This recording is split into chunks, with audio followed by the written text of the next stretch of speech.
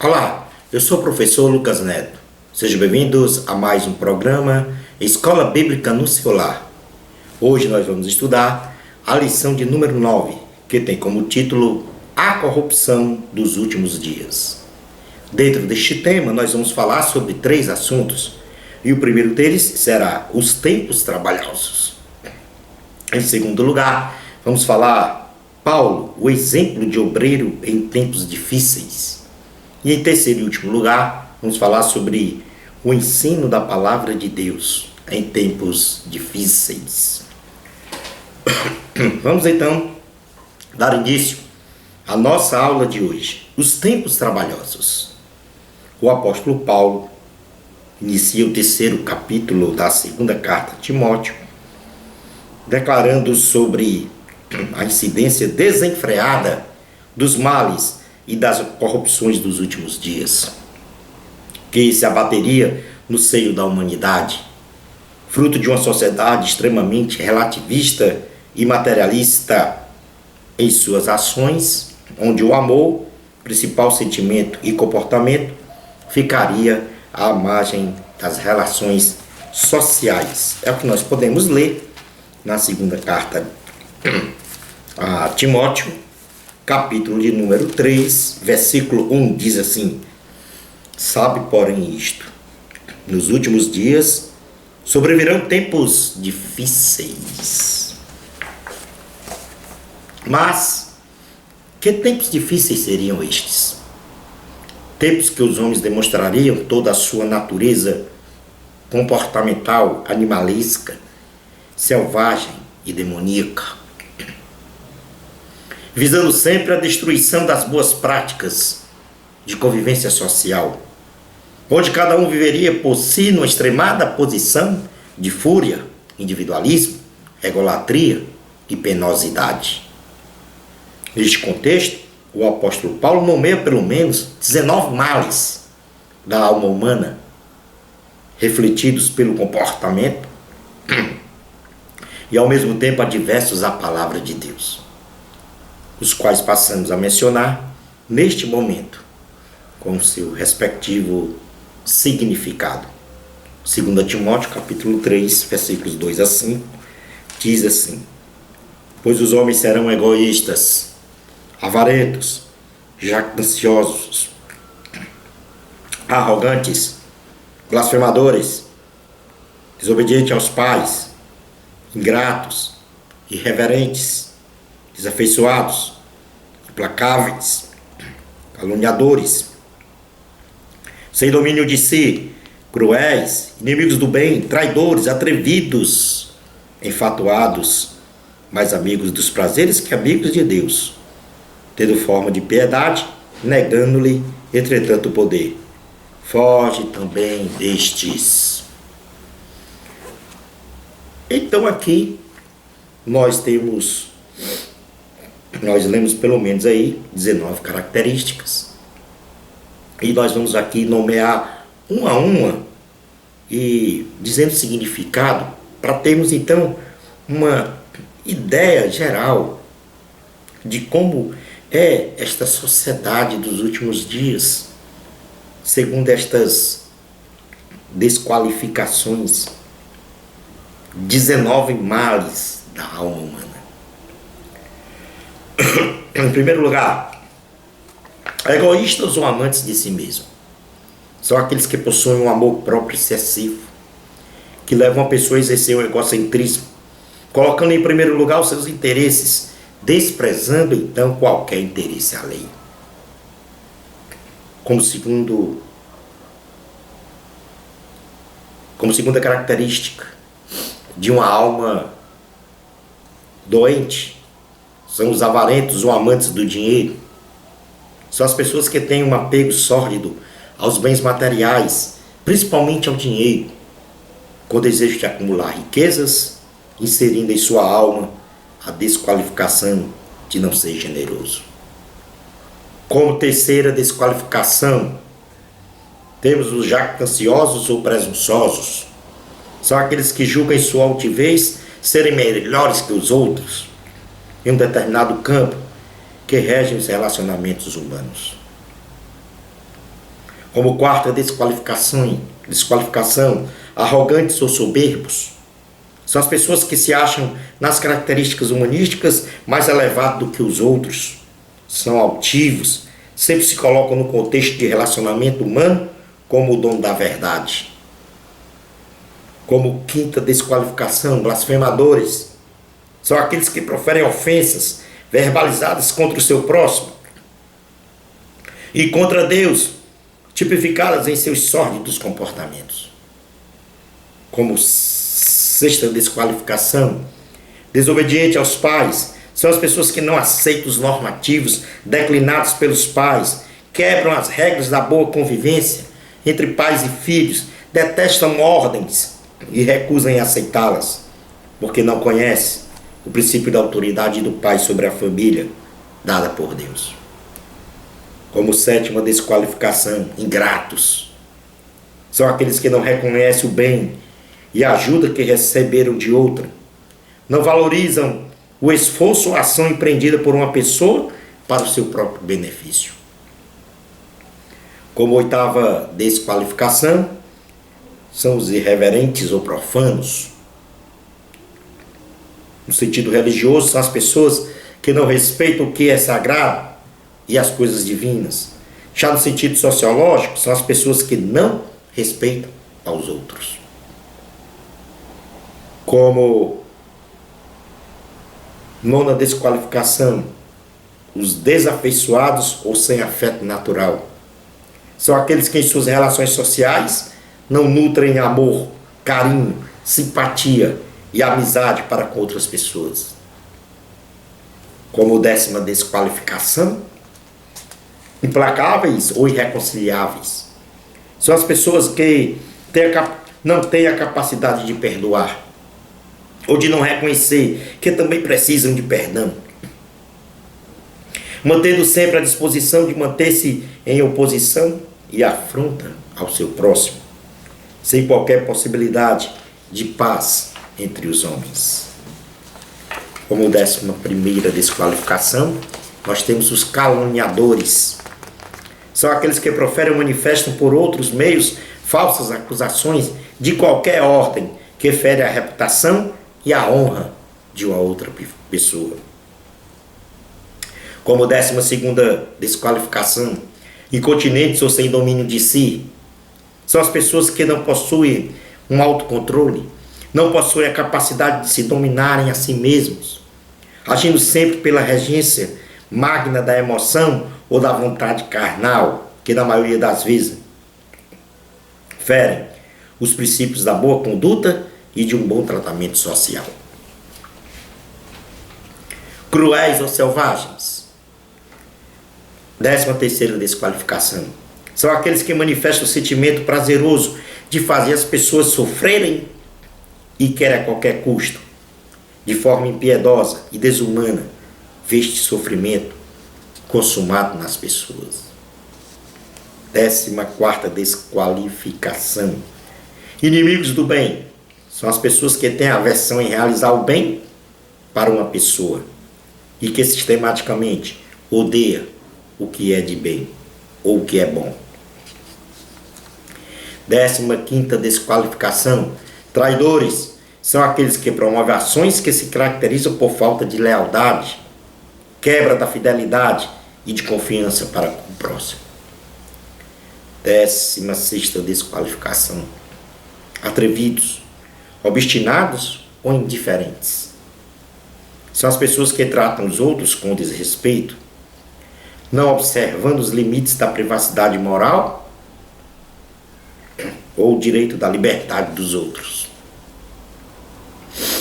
17ª desqualificação.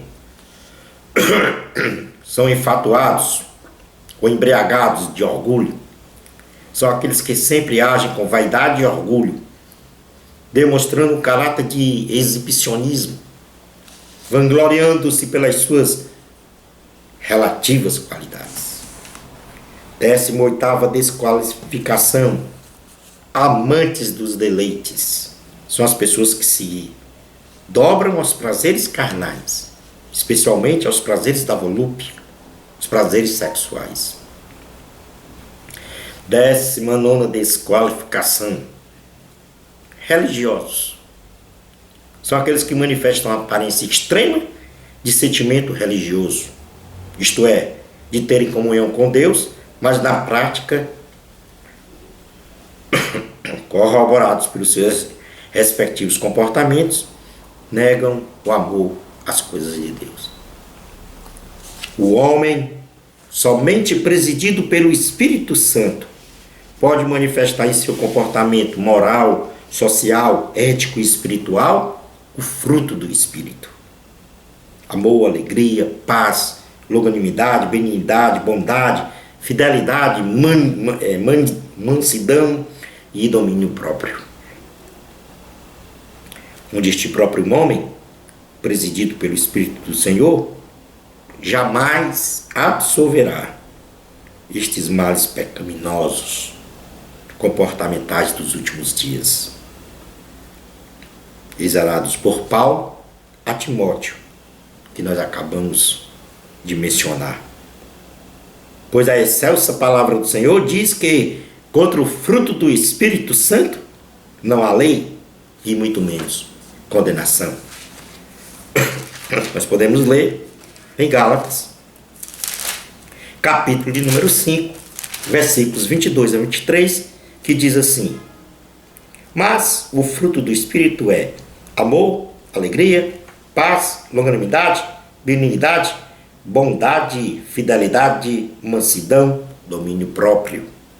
Contra estas coisas não há lei.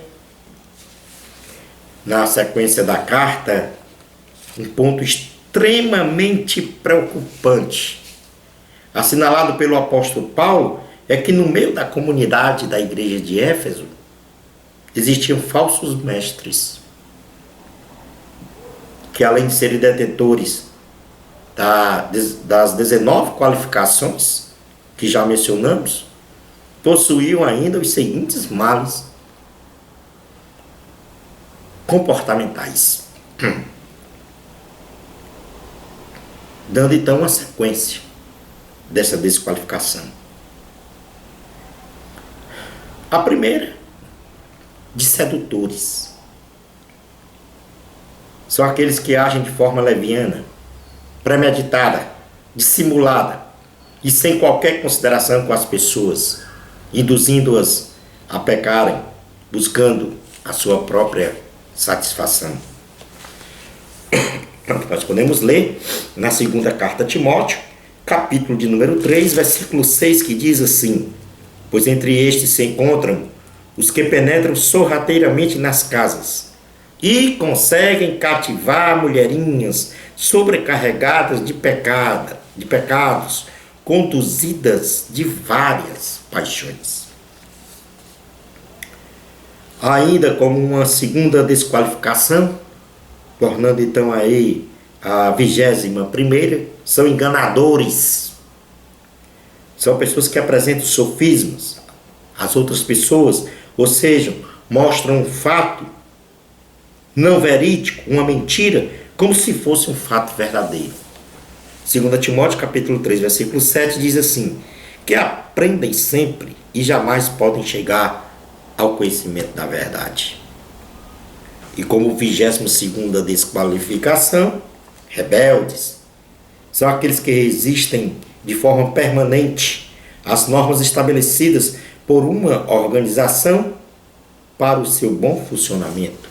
2 Timóteo capítulo 3, versículos 8 a 9, que diz: e do modo porque Janes e Jambres resistiram a Moisés, também estes resistem à verdade. São homens de todo corrompidos na mente, repobros quanto à fé. Eles, todavia, não irão avante, porque a sua insensatez será a todos evidente, como também aconteceu com a daqueles. Item número 2. Paulo, um exemplo de obreiro em tempos difíceis. Na sequência da carta escrita ao jovem Timóteo, o apóstolo Paulo exulta por saber que o seu discípulo estava seguindo os seus ensinamentos. Estava seguindo a sua maneira de agir, as suas virtudes espirituais E assim, o apóstolo se coloca como um referencial de obreiro aprovado por Deus, tanto no sentido teórico, como também no sentido prático, tendo um propósito bem claro em sua vida espiritual, de pregar o Evangelho de Cristo para a salvação dos que estão perdidos, disposto a trabalhar na obra de Deus, embasado em sua fé, na sua paciência, no amor, na perseverança e nos sofrimentos, fruto de intensas perseguições. É o que nós podemos ler na segunda carta a Timóteo, capítulo 3, versículos 10 a 13, que diz o seguinte: Tu, porém, tens seguido de perto o meu ensino, procedimento, propósito, fé, longanimidade, amor, perseverança. As minhas perseguições e os meus sofrimentos, quais me aconteceram em Antioquia, Icônio e Listra, que variadas perseguições tenho suportado, de todas, entretanto, me livrou o Senhor. Ora, todos quanto querem viver piedosamente em Cristo Jesus serão perseguidos, mas os homens perversos e impostores irão de mal a pior, enganando e sendo enganados. O apóstolo Paulo, na sequência redacional da carta a Timóteo, em seu 3º capítulo, se volta agora para a preservação da sã doutrina, tendo então a preocupação de que a palavra de Deus fosse pregada em todas as ocasiões possíveis para a salvação dos homens. É o que diz a segunda carta a Timóteo, capítulo 3, versículos 14 e 15. Tu, porém, permanece naquilo que aprendeste, e de que foste inteirado, sabendo de quem o aprendeste, e que desde a infância sabes as sagradas letras, que podem tornar-te sábio para a salvação pela fé em Cristo Jesus. Toda a Escritura é inspirada por Deus e útil para o ensino, para a repreensão, para a correção, para a educação na justiça. Ora, é neste contexto, então, que Paulo exalta a palavra de Deus como fonte da salvação em Cristo Jesus. E isso devido a essas características que nós acabamos de ler. A palavra de Deus é inspirada pelo próprio Deus. Ela é útil para ensinar a verdade. Ela condena o erro. Ela corrige as faltas. E ela ensina a maneira correta de viver.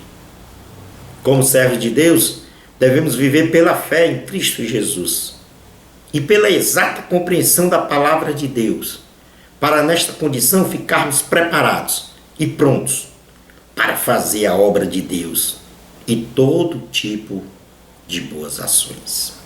É o que diz a segunda carta a Timóteo, capítulo 3, versículo 17, a fim de que o homem de Deus seja perfeito e perfeitamente habilitado para toda boa obra. Item número 3. O ensino da palavra de Deus em tempos difíceis. Somente a educação cristã pode, de forma plenamente eficaz, preencher uma grande lacuna na educação das pessoas, concebendo e formando nelas um ilibado caráter moral e uma perfeita vida espiritual numa excelsa fonte que é a palavra de Deus, especialmente nos fundamentos espirituais e morais registrados nesta infalível palavra, com os objetivos de promover o fortalecimento do caráter e o desenvolvimento da cidadania cristã. Efésios, carta aos Efésios, capítulo de número 4, versículos 17 a 24, diz o seguinte. Efésios 17 a 24. Isto, portanto, digo e no Senhor testifico, que não mais andeis como também andam os gentios, da vaidade dos seus próprios pensamentos, obscurecidos de entendimento, alheios à vida de Deus por causa da ignorância que vivem pela dureza do seu coração, os quais, tendo se tornado insensíveis, se entregar à dissolução, para com avidez cometerem toda sorte de impureza. Mas não foi assim que aprendestes a Cristo. Se é que de fato tendes ouvido e nele fostes instruídos, segundo é a verdade de Jesus. No sentido de que, quanto ao trato passado, vos despojeis do velho homem, que se corrompem segundo as concupiscências do engano, e vos renoveis no espírito do vosso entendimento, e vos revistais do novo homem, criado segundo Deus em justiça e retidão, procedentes da verdade. A educação cristã deveria ter um espaço especial na vida de uma família, pois a transmissão, o aprendizado e a prática dos princípios divinos garante ao ser humano um equilíbrio espiritual, moral, social e familiar de excelência. E a base é a Bíblia Sagrada, onde a igreja aparece como instrumento importante de anunciação e ensino desta palavra, sob a regência de um homem ungido e chamado por Deus, o anjo da igreja, o pastor. É o que nós podemos ler em Jeremias, capítulo de número 3. Jeremias, capítulo de número 3, versículos 14 e 15, que diz o seguinte: Convertei-vos, ó filhos rebeldes, diz o Senhor, porque eu sou o vosso esposo e vos tomarei, um de cada cidade e 2 de cada família, e vos levarei a Sião. Dar-vos-eis pastores, segundo o meu coração, que vos apacentem com conhecimento e com inteligência. Em contrapartida, encontramos na base educacional secular, ou seja, em contrapartida à educação cristã, nós encontramos na base educacional secular da sociedade ameaças à igreja e à própria educação cristã, nas quais nós podemos citar, em primeiro lugar, o materialismo. E o materialismo é a doutrina filosófica que diz que as únicas coisas que existem são substâncias materiais. Os fenômenos mentais, a consciência, as sensações e sentimentos são explicados como modificações da substância material, sem a introdução de substâncias mentais ou espirituais distintivas. Um exemplo clássico do materialismo é o ateísmo, implícito e explícito, que tem se fortificado nos bancos escolares em todos os níveis, estabelecendo a crença de que não existe Deus, seres ou acontecimentos imateriais e espirituais. A única coisa que importa neste mundo são os eventos materiais. Uma segunda ameaça na base educacional secular à igreja e à educação cristã é o relativismo. É a base para nossos juízos, e o relativismo é a base para nossos juízos no conhecimento, na cultura e na ética, e difere de acordo com as pessoas, acontecimentos ou situações. É o estado mental e uma maneira de pensar que repele as reivindicações absolutas. Um exemplo clássico do relativismo nas escolas é a propagação da teoria evolucionista de Darwin, que proclama o homem como descendente do macaco, algo desprovido de veracidade, pois o criacionismo é uma realidade registrada nas páginas da Bíblia. Nossas crianças não podem ser educadas fora dos valores absolutos da Bíblia. Deus criou o universo e tudo que nele há, e sobre o universo mantém o domínio e o controle pleno. Devemos sempre louvar o Deus Criador. Outras ameaças à igreja e à educação cristã são os exemplos das absurdas novas leis em nossos dias odiernos. O liberalismo social, por conta de fortíssimas ações de grupos sociais organizados, sob a tutela de principados e potestades malignas, tem desencadeado uma completa desestruturação social, com a tentativa de mudar valores sociais, morais e espirituais absolutos, exarados na palavra de Deus, por valores de concepção e execução pecaminosa, consubstanciados na razão e na experiência inconsequente. A ingerência do Estado tem propiciado, por meio da base educacional e das pseudos livres relações sociais, amparadas pela criação de leis espúrias, grandes ameaças e ataques à constituição e mantença da família no padrão pai, mãe e filhos, perfeitamente harmonizados com a palavra de Deus, as quais podemos citar, em primeiro lugar, leis que promovem a desobediência dos filhos aos pais.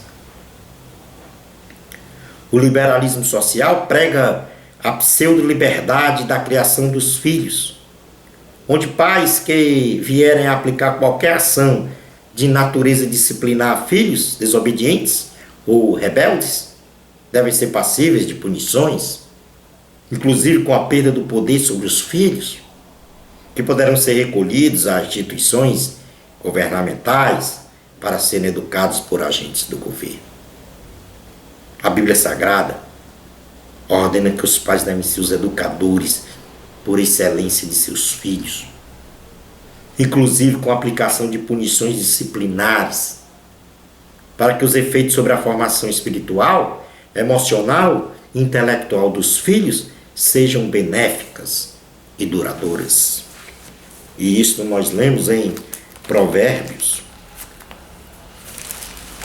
livro de Provérbios, capítulo de número 22, versículo 6, que diz o seguinte: ensina a criança no caminho em que ela deve andar, e ainda quando for velho, não se desviará dele.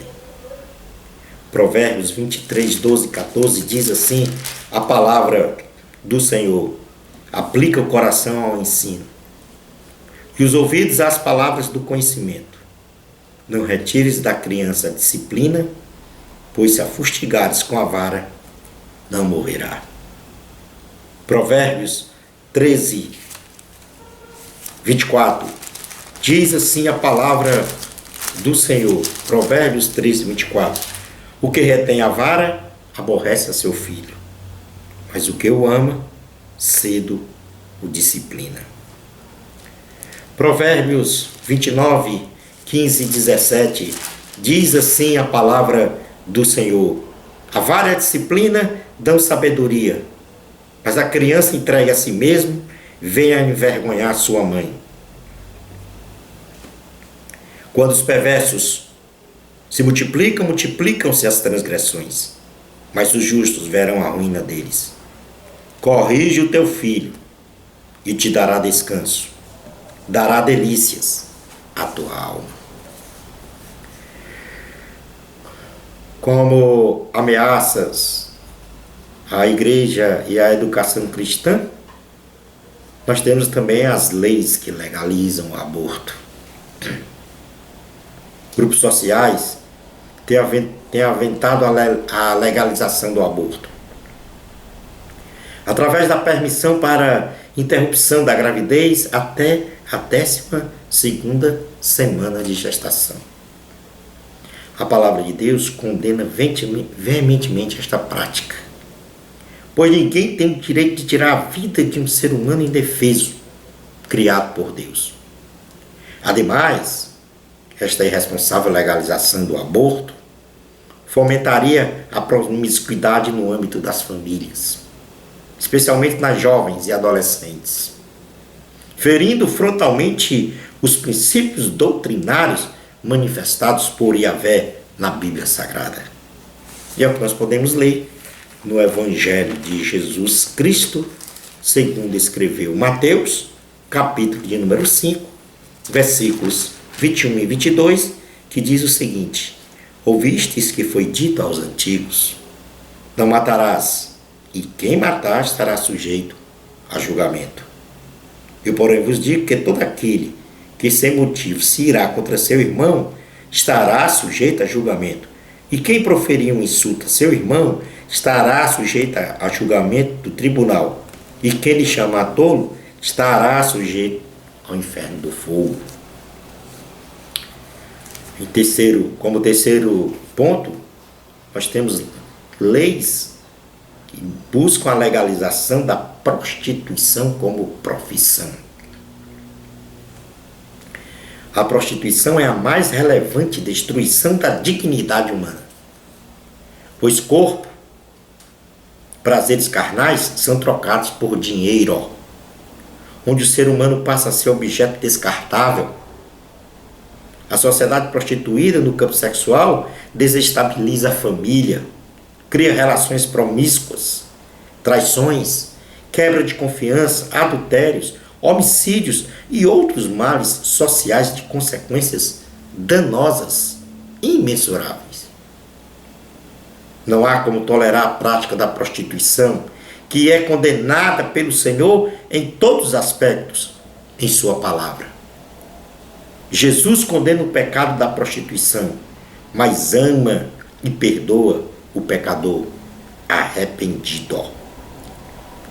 Como quarto ponto, nós temos leis que buscam permitir a produção e o consumo de droga ilícita. O uso de drogas e psicotrópicos não estabelecidos por tratamentos médicos se consubstanciam em nossos dias como o maior e mais complexo problema de ordem social. Muitas famílias são destruídas, tantos pais como filhos são alijados do convívio normal em sociedade, perdem famílias, bens materiais, enfim, perdem tudo e ficam como itinerantes nos grandes centros urbanos, depreciados e marginalizados pela sociedade. Os dependentes de drogas vivem como o subhumano, sem qualquer perspectiva de vida digna. O uso de drogas, sejam lícitas ou ilícitas, que promovem a dependência química, um vício próprio pela vontade de consumo do homem, de absoluta reprovação do Senhor Yahvé. A Bíblia Sagrada, que é a palavra de Deus, proclama exacerbadamente que as drogas tiram o entendimento de um ser social e humano, provocando diversificados pecados condenados pelo Senhor. É o que nós podemos ler em Provérbios, capítulo de número 20. Provérbios, capítulo de número 20, versículo 1, que diz: o vinho é escarnecedor, e a bebida forte, alvoroçadora. Todo aquele que por eles é vencido, não é sábio. Provérbios 23, 29 a 35, diz assim a palavra do Senhor: para quem são os ais? Para quem os pesares? Para quem as rixas? Para quem as queixas? Para quem as feridas sem causa? E para quem os olhos vermelhos? Para os que se demoram em beber vinho, para os que andam buscando bebida misturada. Não olhes para o vinho quando se mostra vermelho, quando resplandece no copo e se escoa suavemente. Pois ao cabo morderá como a cobra e picará como o basilisco. Os teus olhos verão coisas esquisitas e o teu coração falará perversidades. Em quinto lugar, nós temos leis que condescendem com a delinquência. As relações sociais, embora sejam muito complexas, pois são resultados de muitos fatores emocionais biológicos, sociológicos e até políticos. Se não forem devidamente cuidados pelas autoridades competentes, desembocam numa delinquência generalizada. Vivemos neste momento, em todos os lugares do nosso país, com uma delinquência desenfreada, sem quaisquer perspectivas de solução, abrandamento ou minimização. E, pelo contrário, observamos uma tendência cada vez mais de agravamento. Sistemas judiciais desestruturados, que não atendem imediatamente aos anseios do povo pela justiça, promovendo direto ou indiretamente a sensação de prevalência da violência. É o que nós podemos ler em Eclesiastes, capítulo 8, versículo 11, que diz assim: visto como se não executa logo a sentença sobre a má obra, o coração dos filhos dos homens está inteiramente disposto a praticar o mal. Deus examina tanto o justo como o iníquo e abomina aquele que ama a violência.